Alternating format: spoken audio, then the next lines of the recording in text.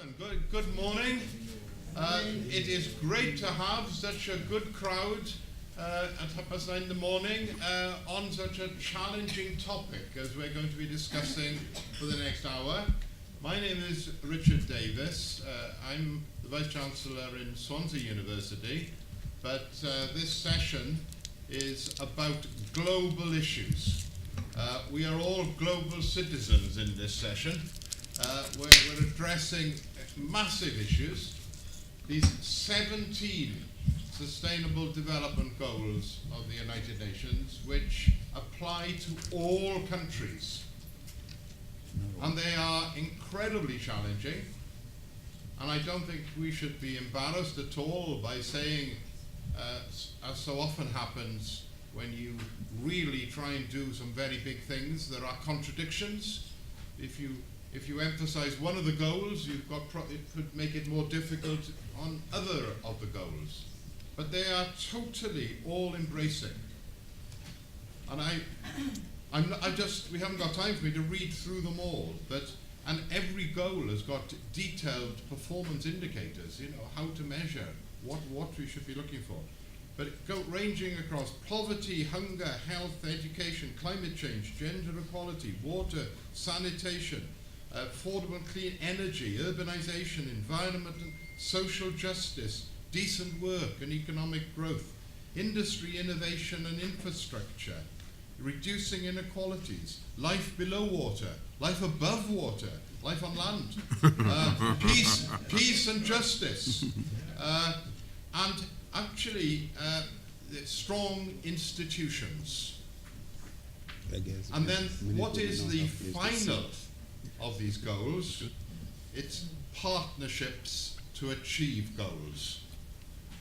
So it's the recognition that when you're trying to deliver so much, which in some ways are common sense, they're good things, they're things we all want, but to deliver on the scale that we're talking about and the realism we're talking about, this isn't just for one country, it isn't just for one institution.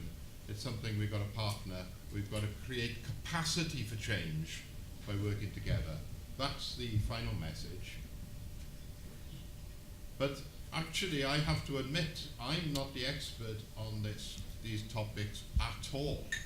But we are very lucky to have some experts with us who are each going to address us about their area. And I'll run through very quickly who will be speaking.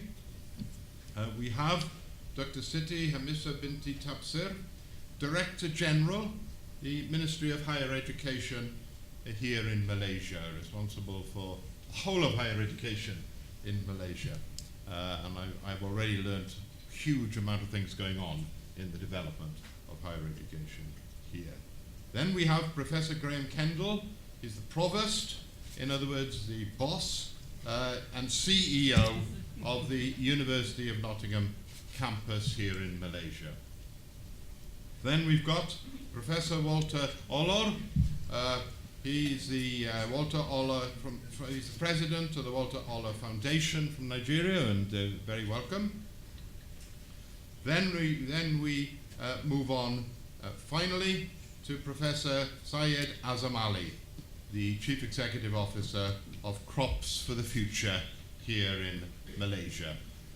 So astounding panel, and it is a panel, so after the introductions and after the short talk from each of our panelists, then I'm open for questions. I am brimming with questions, but I want you to ask them rather than me. So I'm going to hold back all the questions I've got because I want to hear what you've got. And I'll say again before we pass the floor over to you, please, the panelists are up here, so please, I know some of you will have a huge amount to say, but please, if you've got a lot to say it after the meeting. We just want the questions, because we're here to listen to the esteemed panelists. I don't want to be rude to anyone, but please, short, sharp questions, so that we can listen to the panelists' very experienced views. So that leads me directly into introducing our first speaker, our Director General from the Ministry of Higher Education here. Welcome. Thank you.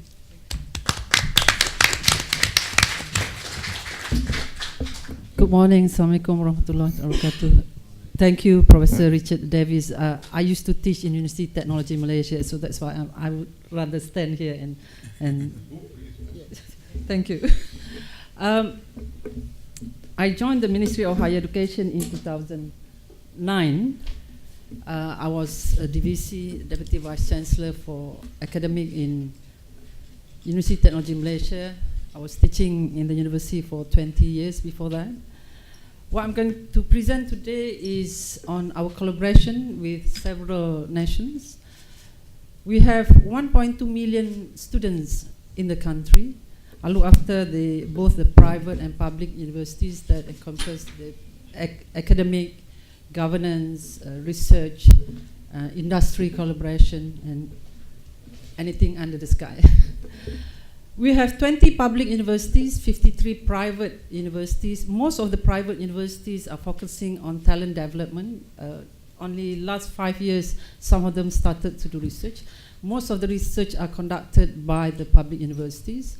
The public universities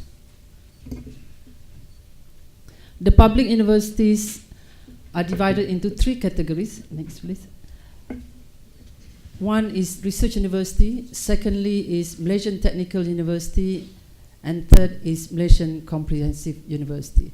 The research universities, they have to meet criteria that have been set up by the ministry and also by the academias. 5 of them, and they are really focusing on research, frontier research. They have more graduate students than the undergraduate. It's intensive research.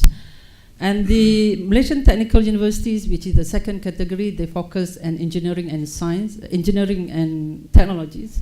And finally, the Malaysian Comprehensive Universities, they're focusing basically on socio-economic development of the society or communities around them.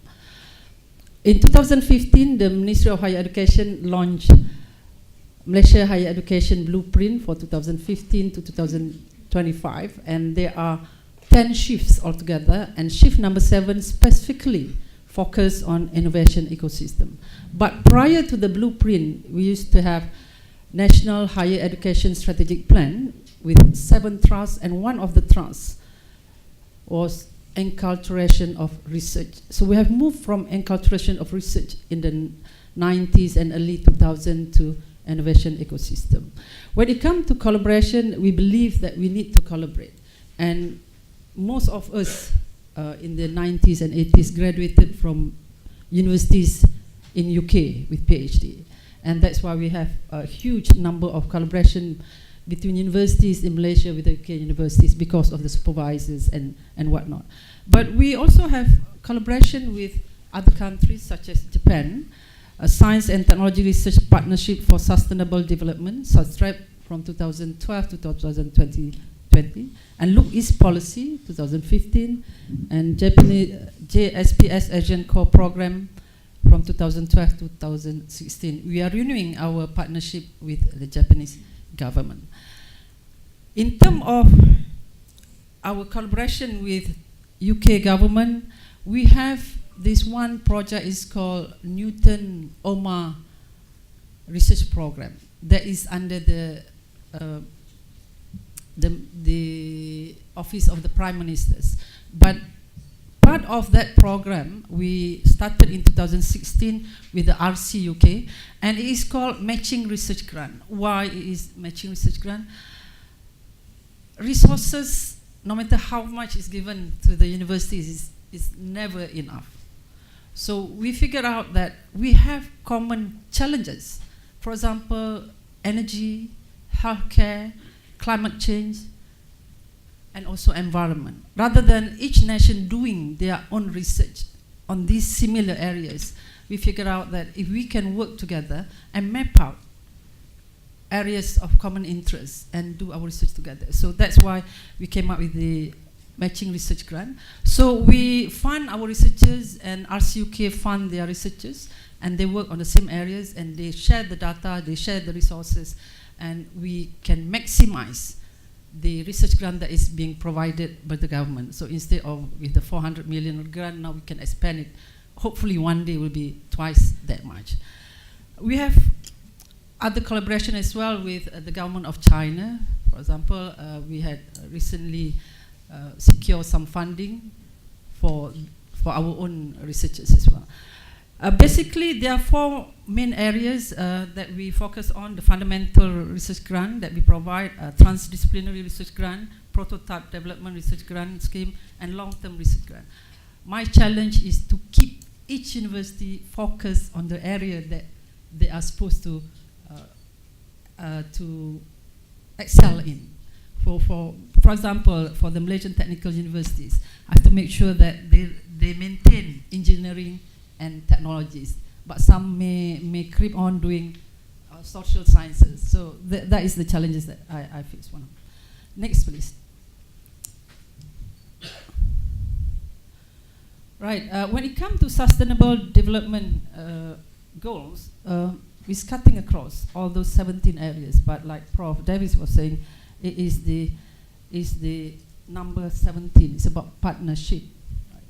And we have in our blueprint under shift number 7 one model that is called quadruple helix model, where we feel that there's a need for us to work government to government, government to academia, government to industry, and also to the community. So there's a lot of possible partnership, not only government to government, it could be government to industry, government to communities as well. And for us, number 1, no poverty is really important. When we invest in research, it is not necessarily giving us a return in terms of economic values. So we had several programs that are more of looking at the impact on the communities. One example is on seawater desalination system that was developed by University Malaysia Terengganu and University Technology Malaysia. It is in Pantai Senok in Kelantan. This is an area where the communities could not get access to treated water not because Malaysia cannot afford to, but because sometimes there's political issues. Yeah. And we are the neutral independent bodies, and we provide this water to 5,000 residents.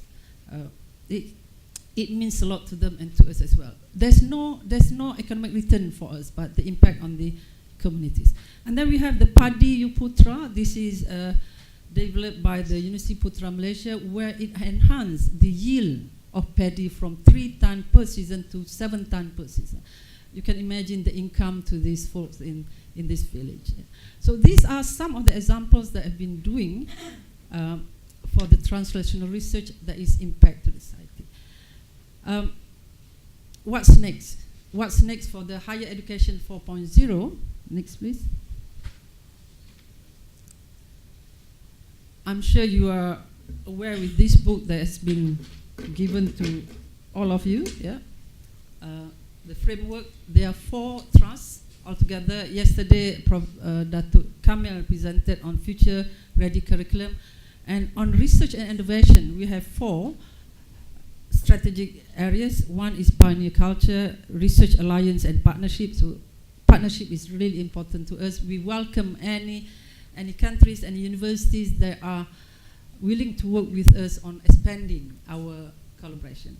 One specific one is research alliance and partnership. This is where we want, it is in page 95 of this book. We want to explore if there's possibility of web of co-laboratories, where we have laboratories, we have research of excellence, we have a team of researchers to work together, so that we have real-time sharing of data, challenges, and we can maximize our resources. I'm sure this is the way for us to go into open access research, into democratization of data. Well, probably I can mention about the Cambridge Analytics. Yeah. I hope it's okay. So we are looking forward to this, and we are looking for partners that can work with us on web of co-laboratories, and we think that this is the way forward. To conclude, we believe in international research for sustainable development, and we hope to expand the funding that we got for research, and we can help to solve common interests, common goals like energy, climate change, and environment. Thank you, ladies and gentlemen.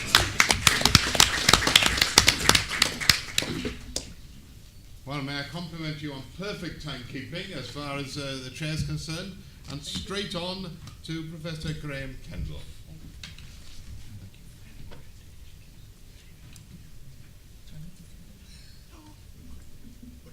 Thank you very much.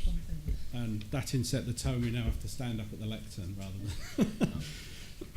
than. Good morning, everyone, and thanks for the opportunity to talk here. My name's Graham Kendall. It's been said I'm the CEO and Provost at the University of Nottingham, Malaysia. I'm also a Pro-Vice Chancellor of the University of Nottingham. But it's not my day job, my hobby job, I suppose, is I'm a Professor of Computer Science. So if I do research, it's in computer science. And one of the areas that I focus on, I do two really, operations research and evolutionary computation. Operations research covers everything you can think of. It's logistics, it's protein folding, you name it. If you say I can maximise or minimise something, then I can hopefully help you address it. And one thing I'm disappointed with in the operations research community, and I wouldn't say this in an OR conference, especially when the door's over there and my back's to the wall, but one thing I wouldn't say at an operations research conference is the operations research community is not tackling the big problems. If you look at something like vehicle routing, which every OR paper which tackles vehicle routing talks about it's helping the climate if we can reduce the amount of time that people travel. They use really sort of toy and noddy problems. So one of the challenges I would put out to the community, to the operations research community, is look at the SDGs and try and focus your research onto those problems. And they're not doing that at the moment, and I think there's a massive opportunity for the operations research community. But I don't want to talk about that really, because that's my own little hobby horse. What I want to talk about is the University of Nottingham and what we're doing to tackle these goals. So on the slide up there, you can see the SDGs, and they're mapped against what we've called at Nottingham research beacons. So we've got 6 research beacons which really try and tackle many of the important problems that we see, many of the problems that we think are important to the world, that we can really make progress on, and that will have impact on people's lives. So there's a lot of theoretical research in there, but there's also a lot of applied research. And I just want to talk briefly, until I run out of my 7 minutes, about some of those research beacons, and just talk about how they map on. So the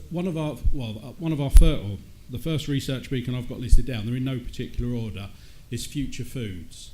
And I'm not going to talk in detail about future foods, because we have one of the you won't like me for saying this, but one of the world's experts on the panel, and he's going to talk about future foods. So I don't want to talk about it to usurp him, but also he can talk much more eloquently about future foods than I can.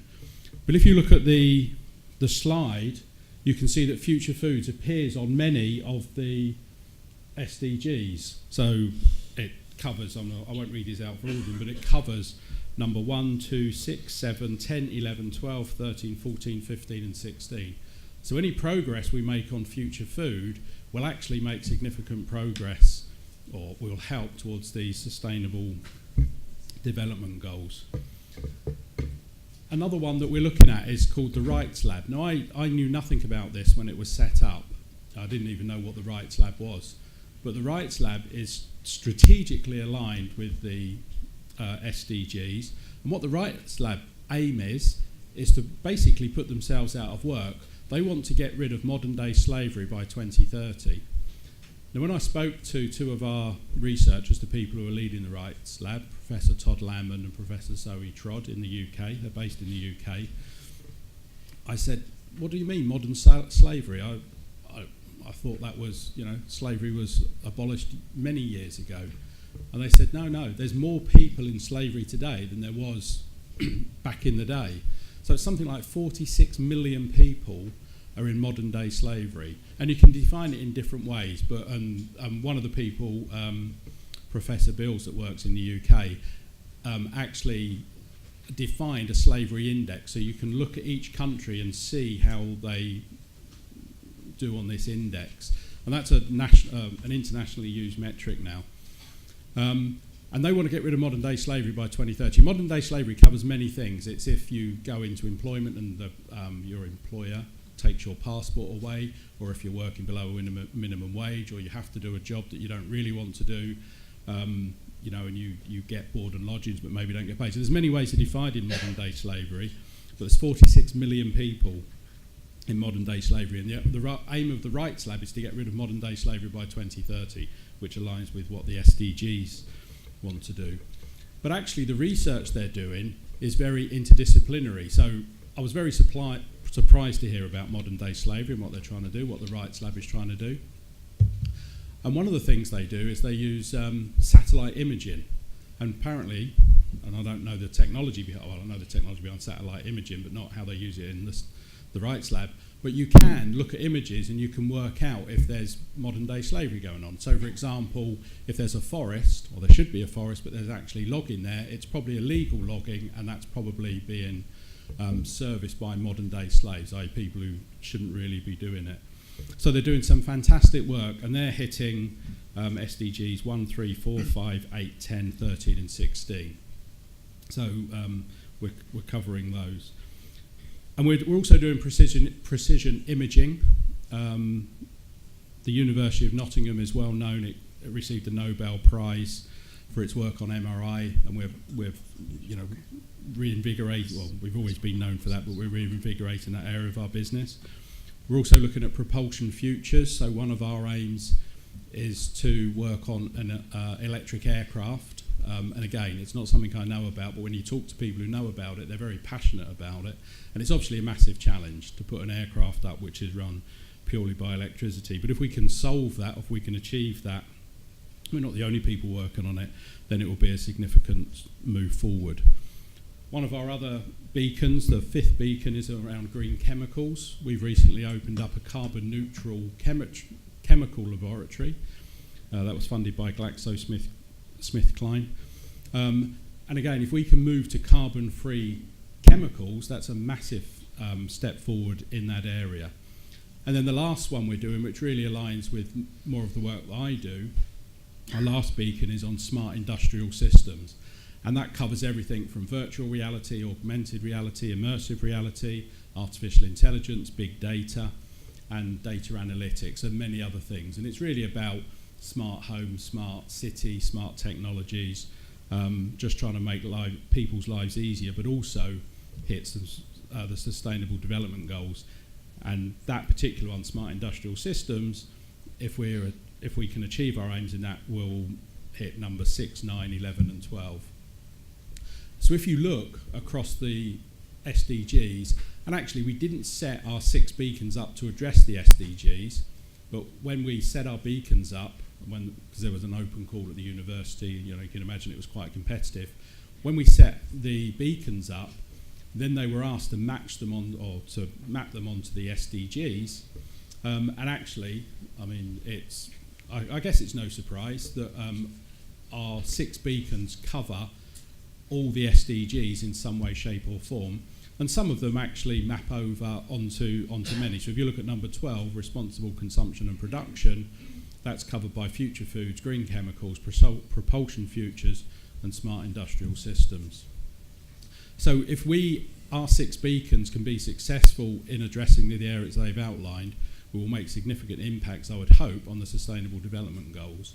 And I do like the Wrights Lab, because the Wrights Lab with getting rid of modern day slavery by 2030 actually fully aligns with the Sustainable Development Goals. So it's just a little bit of oversight of what the University of Nottingham is doing with its beacons and the SDGs. And just to come back to my opening remarks, I think operations research could do great work if it actually aligned itself to the 17 SDGs. And I did, just before I came, well, a week or so ago, I looked at the operations research literature, and actually there's very little about the Sustainable Development Goals. So if you're an operations researcher, I'd love to talk to you about that. Okay, thank you very much. Thank you. Thank you very much indeed, Professor Kendall. So on now to Professor Walter Oller. Thank you.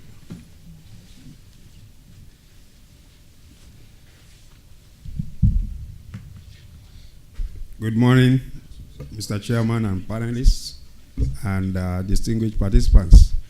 The chairman has asked us to say how we are motivated to this topic, so I just spend half a second on that. I'm by vocation a professor of economics, specializing in econometrics. I became motivated to environment and development because of where I come from. I come from Ogoniland, and if you are familiar with the United Nations Environment Program, there have been very huge pollution in that area. And UNEP had to come up with a plan to clean the area for the next 30 years. So I shifted my research and econometric tools to start looking at the environment and development. So I've been doing this since about 2000 in the area of environment and development. This morning I want to share with us what we are doing in Walter Oller Foundation. The Walter Oller Foundation is committed to education for sustainable development. And if you go to our website, what we do, we put out requests for proposals from all over so that we don't maintain any particular staff. But with the proposals that's coming, we set up a panel that evaluates those proposals, and we fund those research proposals. We also run dialogues on issues of sustainable development. One of the current issues we are running on in a virtual form now is human trafficking, which is very close to what Kendall had just mentioned about modern-day slavery. We find that slavery is not just the season of passports. People are actually coerced from developing countries to developed countries to go and work. And when they get there, they become sex workers and so many other things.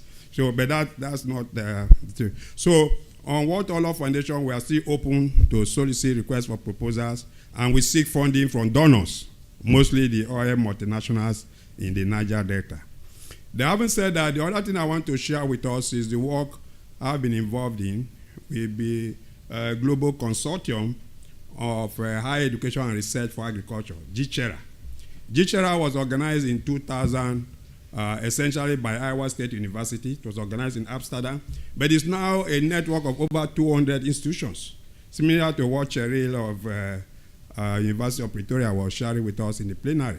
And GCHERA brings together academics, NGOs, businesses in a network that meets once a year in an annual conference. And from the annual conference, we then break up into working groups. For example, we have working groups on food security, working group on energy, working group on air quality, indeed on any aspect of sustainable development. And what we do is to evaluate curricula that are relevant to achieving sustainable development goals. Because in fairness, we can say that the SDGs remain goals. The strategies for achieving those goals remain to be articulated by academics. And part of one way to do that is to go the international research route that has been proposed here. I'm also associated with the Millennium Institute. If you know about the Millennium Institute, it uses system dynamics, not operational research, but we use system dynamics to simulate how countries can achieve the SDGs. And the Millennium Institute has developed a model called Threshold 21. If you search for Threshold 21, it actually takes all the SDGs and has some parameters, basic initial conditions, and how you can achieve them. But they are just models and simulations. You still need governments, you still need ministries, you still need companies to invest in those models and make them work. Let me give you an example. If you take health and sustainability, for example, you find that all the clusters in sustainable development become issues in that program area, health and sustainable development.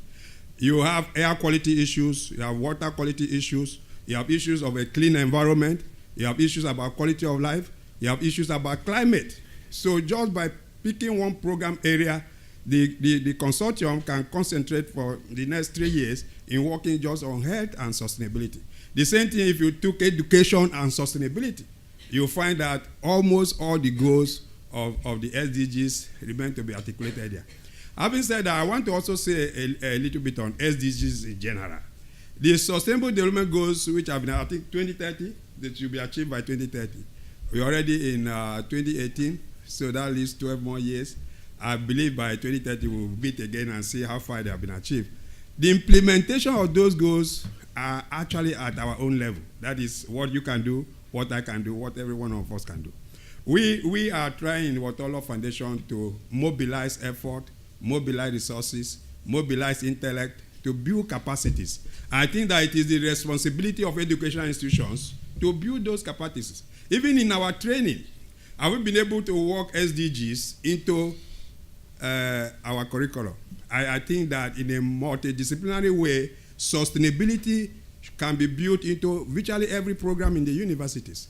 You can build sustainability into programs in economics, can build into programs in geology, you can build into any program, because what we are talking about is the environment, and the environment affects all of us. And we are talking about one planet. If you visited our poster yesterday, poster 49 is still there.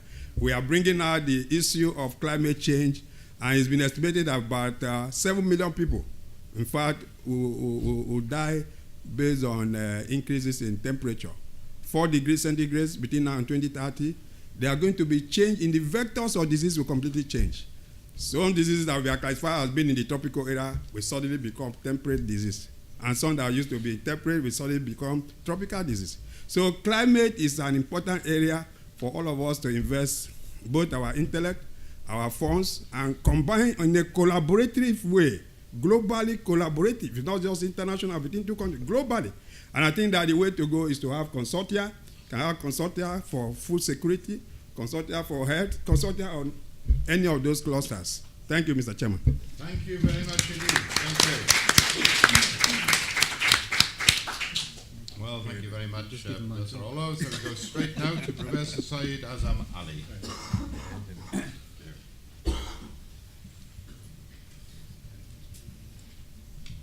Good morning, everyone. Good morning. Assalamu alaikum. My colleagues have already given the talk I was about to give. So I'd quickly give you a background. I'm chairing global food security at the University of Nottingham, but my day, and more recently my night job, is to be the CEO of Crops for the Future. So my background is essentially the context of global food security. Even if you're not involved in agriculture, we all eat. 4 crops produce 70% of the world's food. There are 7,000 crops that we could be looking at to add to the challenges that we now face in terms of climate change, in terms of food security. So that's really my background. I hope the technology will reinforce. That's the center. But really, in our academic career, certainly as a professor of agriculture, we have experienced change throughout our careers. So the context I want to really give in my few minutes is change is a fact of life, and climate change is just one example of that. We have to be able to adapt to change because that's the reality of the future, and we need the skills to adapt, and those skills will come partly from, of course, qualifications, but the qualifications by themselves will not give us the skills that we need to adapt to the future. So these are the existential challenges. 7.4 billion people on the planet will become 9 billion people. And that means there's more people on the planet now than throughout the history of the world before. So the fact that we have that number of people already is a challenge. It's been touched on, of course, temperature rise, and we will come back to that in a second, is a reality. Only one country has withdrawn from the global consensus that climate change is a reality. Unfortunately, it's one of the major causes of climate change, but that's another matter. But we use 1.7 times the world's resources every year. So by August of this year, we will have used our total resource that we're taking from the planet. We're stealing from our children from August onwards natural resources because we're taking out more than there are there because of our practices, particularly agriculture and energy. I've set the clock because I want us to be continuously reminded, and I just checked, 2030, let me just remind you and reinforce that point, 0 poverty anywhere. SDG 1, 0 poverty anywhere. And it's actually 11 years, 240 days, and just over 12 hours, by which we will have to have no poverty on this planet for 9 billion people. So the challenges we're facing are actually so large that it's almost impossible to imagine how we set that challenge for ourselves, because it's an almost impossible challenge to meet. And if we just take the one that I'm most involved in, end hunger, achieve food security, and improved, not improved, but improved nutrition, and promote sustainable agriculture. There's just one goal. There's 169 targets. We have to achieve the targets by 2030. These goals were set in September 2015. 12 weeks later, we all went to Paris. Of course, we're very proud of that international agreement, the Paris Accord, which said that we would commit to reducing carbon emissions to keep global temperatures significantly less than 2 degrees above pre-industrial revolution levels. These came into force. 193 countries and almost every agency in the world has signed those goals. Let's just take the Paris Agreement, strengthen the global response to the threat of climate change, which is effectively the reality of climate change, by keeping a global temperature rise this century to well below 2 degrees. In fact, it went further to say increase even further to 1.5. This year, we've already crossed the 1 degree limit, and the latest IPC prediction is 3.8. So live in Malaysia 3.8 degrees hotter, and we can tell you now that the crops we grow, not just in Malaysia, but throughout where 80% of humanity lives, all the major crop yields will decline. So when we sit in this room and say agriculture is not important, we should be sure that the $48 billion that we spend on importing food to Malaysia will be enough, because we won't be able to feed ourselves, because the crops that we now currently depend on are actually not going to be able to produce yields in the climates that we know we're going to face. So how are we going to get the skills to adapt? This is not a very useful slide, but it simply says the number of doctoral graduates being produced by different countries. All I want, of course, is 67,000 at the top is the USA, countries that we will see as middle-income countries and developing countries, and that will, of course, know the statistics for Malaysia, but 2,000, 2.5, 10,000 maybe, but you can see the discrepancy becoming bigger and bigger. The skills that we're producing are predominantly being generated in the north. Qualifications are being generated in universities such as those in the USA and, of course, UK, Germany, etc. Those are the qualifications. What about the skills?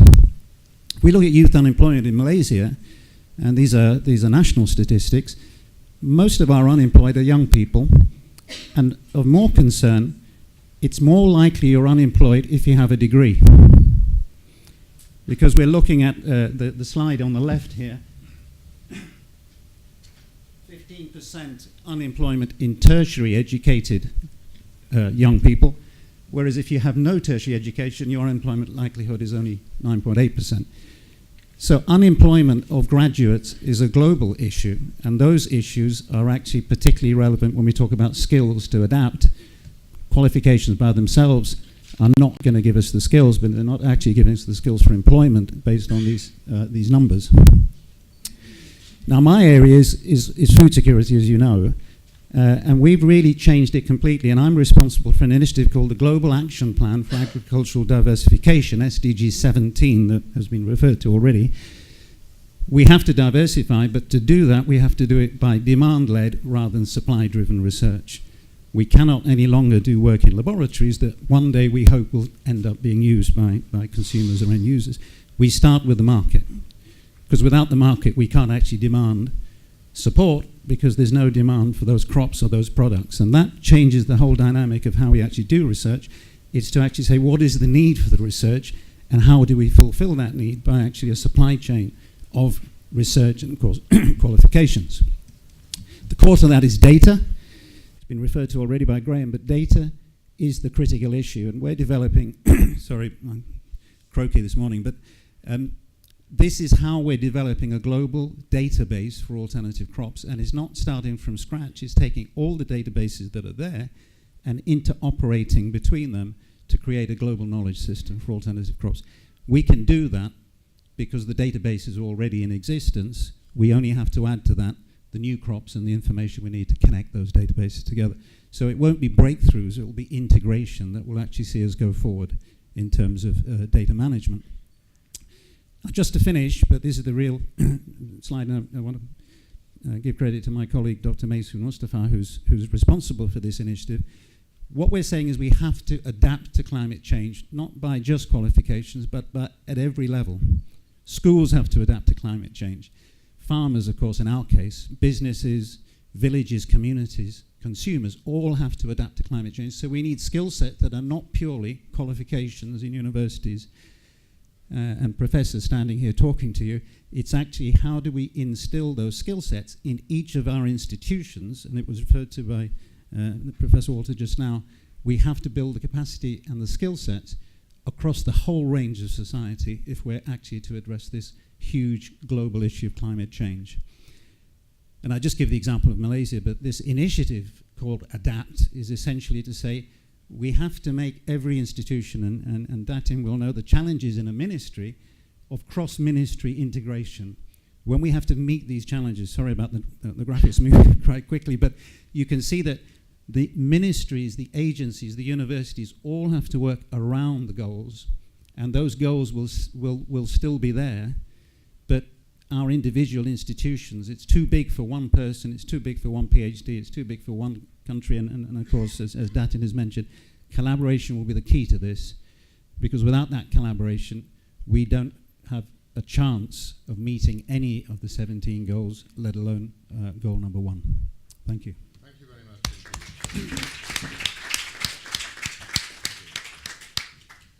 Wow. I'm going to go straight in to questions, and please, punchy questions only permitted. Please, yes. Sit on. Thank you all so much. Brian Heuser, Vanderbilt University. Professor Davies, kudos, great kudos to the degree to which I feel like you've aligned your university specifically with the Sustainable Development Goals. Same for Professor Azam Ali. Incredible the level of alignment. As both of you know, the reason that most of scholars and diplomats would say we didn't reach the Millennium Development Goals was because we didn't actually have that kind of very strong institutional alignment around the particular goals. What you've shown us today, I think, is how you're aligning your institution. Please. Come on. It's coming. How do we take what you've shown us here and create more alignment between other institutions and the Sustainable Development Goals so that we don't end up in the same place? Right. How do you extend this alignment? I think there's a number of ways. You know, as academics, they're motivated a lot by money and publications. So governments or funding bodies or agencies putting money specifically into SDGs would certainly help. But I also think, and again, I don't want to embarrass my colleague at the end of the table, but you need practitioners and academics with passion. And I believe if Saeed got up in the morning and there was no money, he would still go and look at research into that. So I think you need to align the two. You do need funding, but you also need people with passion. And so that takes universities and funding agencies working together rather than separately, which happens quite a lot around the world. I've only worked in 2 countries, but I know the funding mechanisms of many countries. And sometimes the governments or funding agencies put out calls which are not really aligned to the university. So I think more collaborations between the funding bodies and the universities would help. But actually it's got to be underpinned by passion from the academics who actually want to get out of bed in the morning and do the research. And Professor Azad Ali, you were referring to the importance of very much of linking. Well, I think we have to look at institutions measuring and having the metrics to say what have they done this year to move towards that target. And that should be the drive. And when we talk about the goals and then, of course, the beacons Nottingham's established, each beacon should be saying at the end of year 1 of whatever, this is the first year, I think, of the beacons, what is their performance against the metrics that they have been given? Because one of the things we should remember, September 2015 to December, in 12 weeks, there were 2 huge visions that were set out for us. We didn't make the vision, but, you know, Sustainable Development Goals were set with targets and timelines, so we can measure what those metrics are. And 12 weeks later, we said we must do it without burning the planet. And if we have to do that, we should be saying, what's the contribution of our institution to reducing emissions of carbon? These are measurable metrics. So I think if we have those metrics, it should guide the research and the academics to say that's what their contribution has been. Mr. Chairman, if I may just... No, I was going to ask you, Professor Arlo, because your whole foundation seems to be all about aligning others. Yeah. Mr. Chairman, if I may add, the question is asked remains a little bit too broad. And I think that is the inhibition that most academics have. Unless we begin to reduce SDGs into specific disciplines like climatology and get students to major in those disciplines and professors to major climatology, disciplines that were not initially very attractive. You also need another discipline we have called disaster risk management, DRM. People need to begin to know things about natural disasters, which are basically multidisciplinary. So academics need to come and refashion curricula. That's the point. You have to refashion curricula, and these curricula have to be peer-reviewed and approved, and people be motivated. Students need to be recruited. It's a long-term thing. It's not something that we just woke up and say SDGs and we begin to pursue them. No, we need to organize to achieve those SDGs, Mr. Chairman. Thank you. No, thank you very much. And Minister, is there a problem with government? Because they also have their silos in different ministries, whereas what we're talking about here crosses all government ministries. We did have that isolation of among the ministries, but now we have a new program among the ministries. It's called NBOS, where ministries are working together in solving the common challenges, and that is being checked by the Prime Minister. So we have, in fact, police working with the military. We have the Ministry of Science working with us as well. So it is now being addressed at the. I need to correct a statement made by Prof. Azam Ali, especially on unemployment. There's a contention on the data that's been presented. The data was presented by the central bank, but the data is without including students that have gone for their further studies. So when they say unemployment, they just take those who are employed, and they are not including those who are going for their PhD or masters. So that's why the unemployment look very low. But according to our data, we have 79.1% of our students that are employed within 6 months of their graduation. So I need to clarify on that matter, or else I cannot go back to the ministry. Well, no, thank you very much for that, because it seemed very, extraordinary to me. I mean, we'd like to get figures up well into the 90s within 6 months. So it looked wrong. We are not looking for students to be employed 100%. Our national target is 80%, because we know that some of the students might decide to be a housewife, and that's okay with us. And they might even want to the gig economy now, they want to drive Uber and all that by their own interest, not because they don't have job, because they want to have their own time. They want to be control of their time. So we have, now employment may not be the main focus that we need to look at, yeah. Okay, that's good. Well, your question eventually stimulated a lot of interest on the panel. Now, other questions? Yes. So obviously this is all about collaboration. Can we get you to use that so everyone can hear you? Thanks. Sorry, Bernadine Caruana from the Australian High Commission. Obviously, to achieve these goals, collaboration is the key. My question is, what are the mechanisms that you've seen work in government funding, multilateral funding, that has actually driven effective collaboration towards the goals? Right. What works? Right, Minister. Now you have money, and none of the rest of us have money. So what works? Previously, we just led the researchers to work with their partners abroad, and we realized that when it's not structured, they may not be able to get the funding and support. So now we are doing it by design. For example, with the Australian group of universities, what we did was that we identified the areas that we are interested in, and then the Australian counterpart shared with us the areas that they want to work on, and then the overlapping areas, we decided that these are the areas. And then we match the researchers. We get them together in the same room, and they go through a workshop, and they came up with proposals, and then we'll sit together with the Australian government on the proposal that we want to fund. That seems to work, and that's why we expanded to the RC UK, and now with China, and now with Japan. It seems like we must not be interfering with, we have government-to-government MOA. We don't have. What we do is we match them and then get the funding for them to continue. That way it seems to work. Yeah. Thank you. Professor Olo, you depend very much on your foundation for other people to help. Yeah, I would say, Mr. Chairman, that the maxim that charity begins at home is still valid. Every problem starts with investigator. You cannot get funding unless you come up with a proposal. You have to look at the agencies that are funding different issues. You mentioned food security.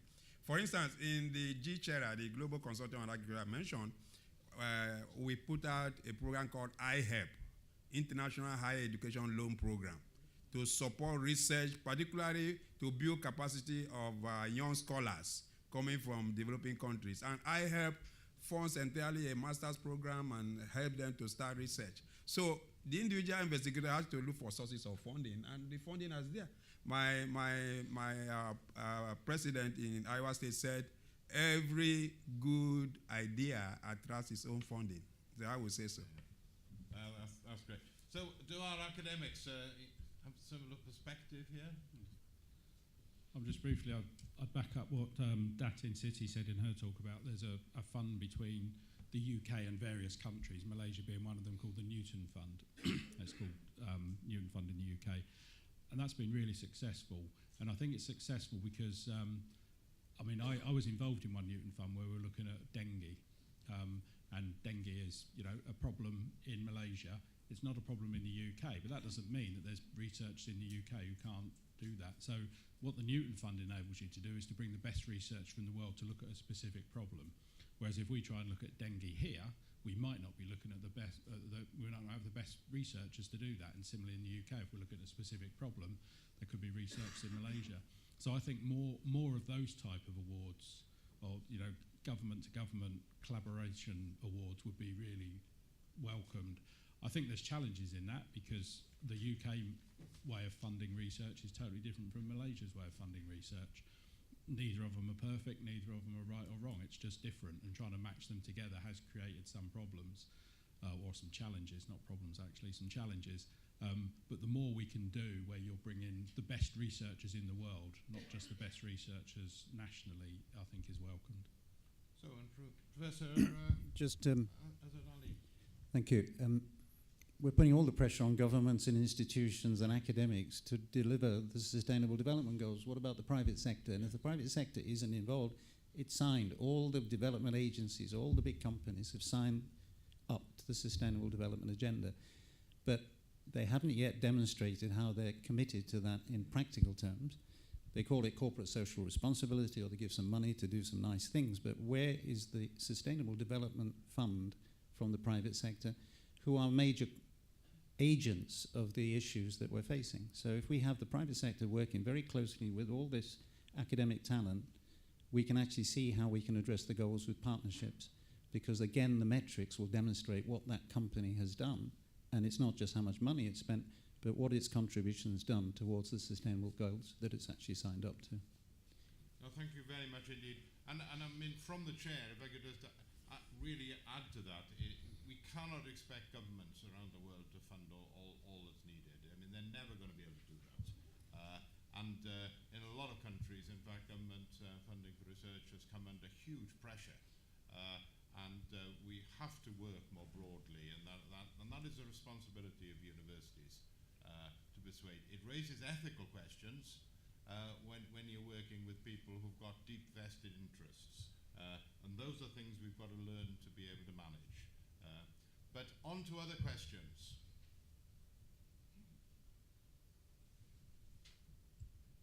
Oh wow!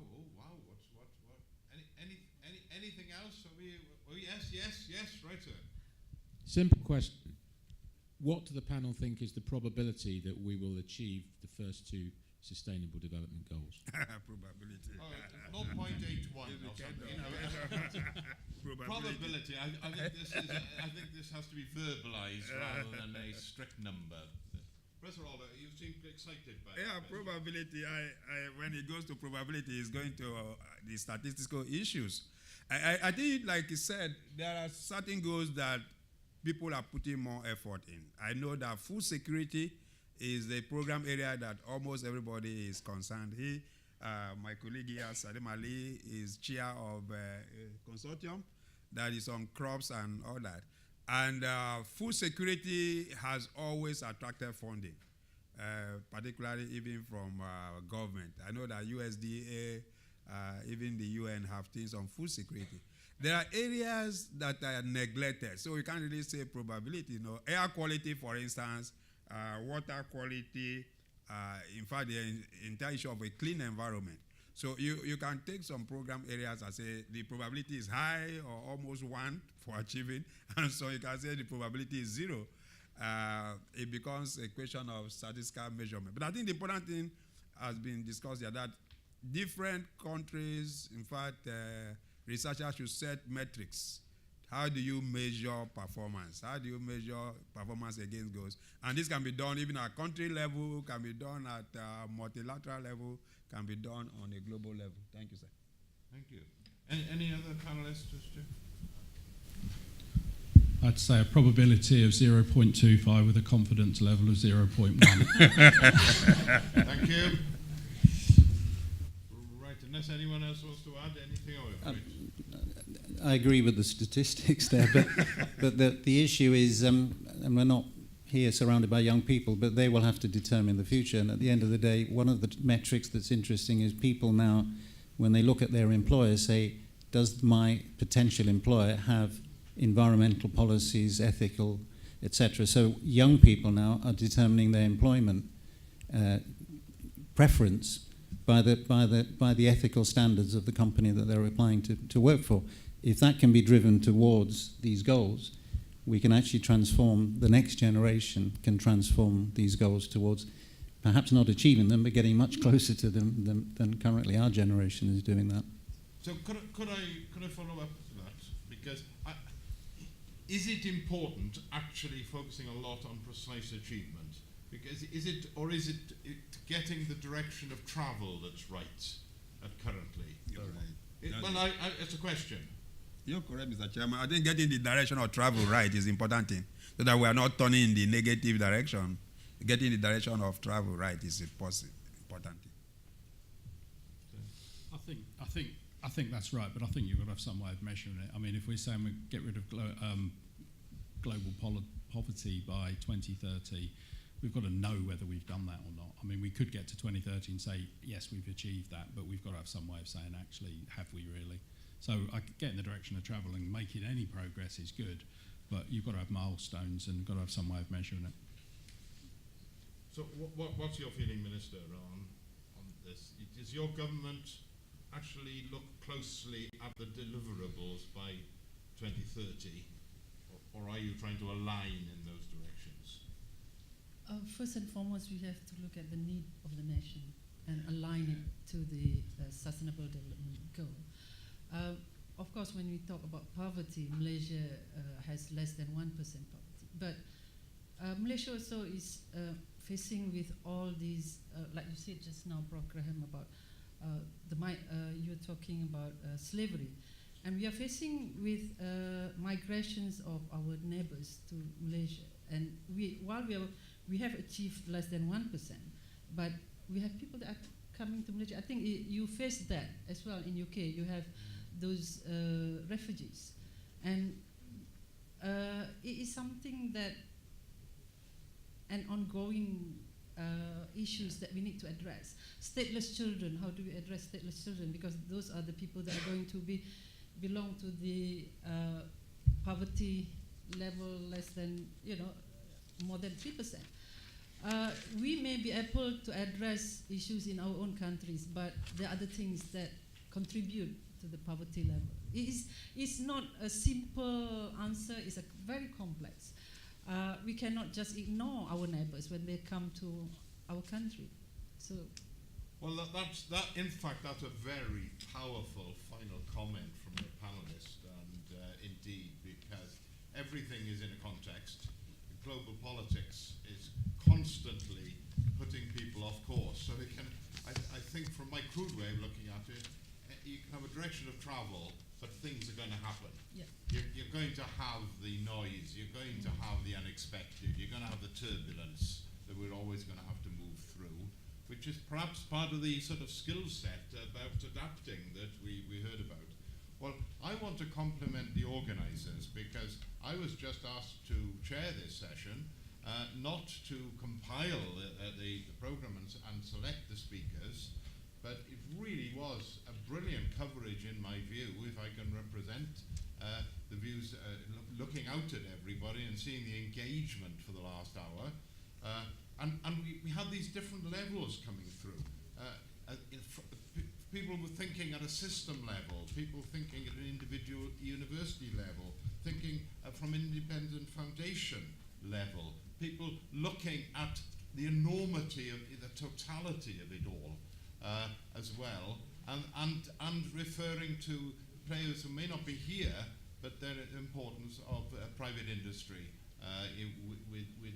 within this. And I would like from the chair to finish that when we're discussing these things in universities, and you have to all the time, because my generation wouldn't be allowed not to, because we are surrounded by young people, the privilege of working in the university. What keeps us young and energetic and determined is those young people. They wouldn't allow us not to be discussing the issues this panel has been discussing. And they'd raise some of those other complexities and terrible challenges that comes from bad behaviour across the globe. And they'd also raise other things about the values of life, literature, the arts, and what life is about, as well as all the practical issues. So I wanted to give that, it's a very poor summary of the young people's perspective.